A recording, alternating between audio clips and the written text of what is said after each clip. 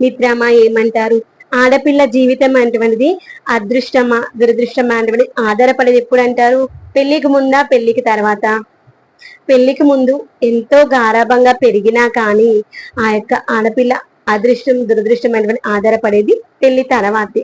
ఎందుకంటే పెళ్ళైన తర్వాత వచ్చినటువంటి అత్తారింటి వాళ్ళు కావచ్చు, భర్త కావచ్చు మంచిగా ఉన్నాడు అనుకోండి, అప్పుడు ఆ అమ్మాయి జీవితం చాలా సాఫీగా జరుగుతుంది. అప్పుడు ఆడపిల్ల తల్లిదండ్రులు ఎలాంటి బెంగ లేకుండా ఉంటారు. అదే వచ్చినటువంటి భర్త మంచిగా లేడనుకోండి, అప్పుడు ఆడపిల్ల యొక్క తల్లిదండ్రులు ఎప్పుడూ బాధపడుతూ ఉంటారు. తల్లిదండ్రులతో పాటు ఆ యొక్క ఆడపిల్ల కూడా జీవితాంతం ఆ యొక్క బాధను భరించాల్సిందే.